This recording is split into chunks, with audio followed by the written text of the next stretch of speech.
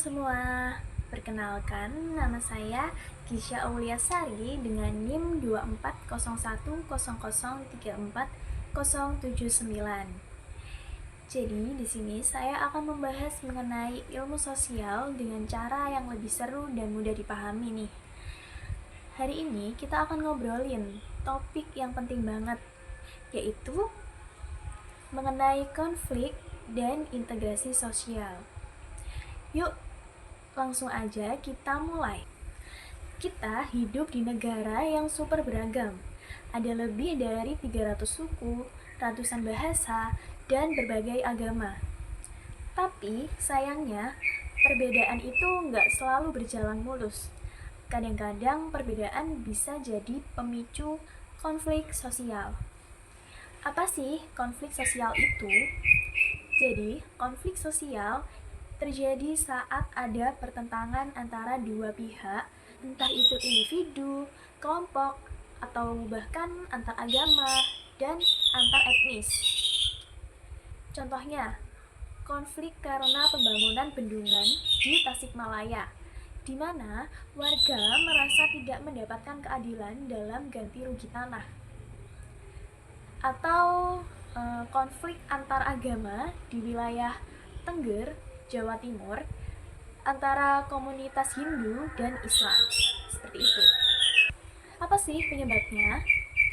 Jadi, beberapa penyebab utama konflik sosial antara lain, yang pertama yaitu ketimpangan ekonomi. Seperti kaya dan miskin yang terlalu jauh jaraknya.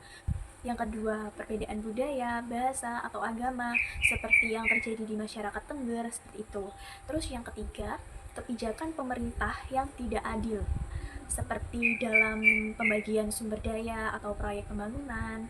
Nah, kayak gitu. Nah, tapi tidak semua perbedaan harus berakhir dengan konflik. Di sisi lain, ada yang namanya integrasi sosial. Apa sih integrasi sosial itu? Jadi, integrasi sosial adalah proses menyatukan perbedaan dalam masyarakat hingga tercipta keselarasan dan kerjasama. Kayak gitu. Contohnya, pendidikan multikultural yang mengajarkan toleransi dan saling menghargai.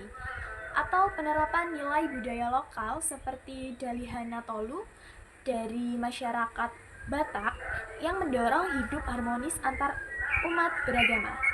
Para sosiolog juga punya pandangan menarik tentang ini. Yang pertama yaitu menurut Karl Marx, konflik muncul karena pertentangan kelas antara pemilik, modal, dan pekerja. Yang kedua, menurut Ralph Dahrendorf, konflik itu wajar, bahkan bisa membawa perubahan positif. Yang ketiga, menurut Emil Durkheim, integrasi bisa terjadi lewat solidaritas, baik yang tradisional atau mekanik maupun modern atau organik. Jadi, teman-teman, konflik dan integrasi itu seperti dua sisi dari kehidupan sosial. Konflik bisa terjadi, tapi integrasi bisa kita bangun. Caranya lewat apa sih? Caranya bisa lewat pendidikan, dialog, dan penghargaan terhadap perbedaan. Jadi, apa aja sih yang kita pelajari dari materi tadi? Yang pertama, konflik itu bisa dikelola. Yang kedua, integrasi bisa dibangun. Yang ketiga, perbedaan bukan alasan untuk terpecah, tapi alasan untuk saling mengenal. Dan di negeri seberagam Indonesia ini, kedua hal ini adalah keniscayaan yang harus dijaga dengan kesadaran kolektif. Sekian materi yang dapat saya sampaikan, kurang lebihnya mohon maaf. Wassalamualaikum warahmatullahi wabarakatuh. Bye-bye.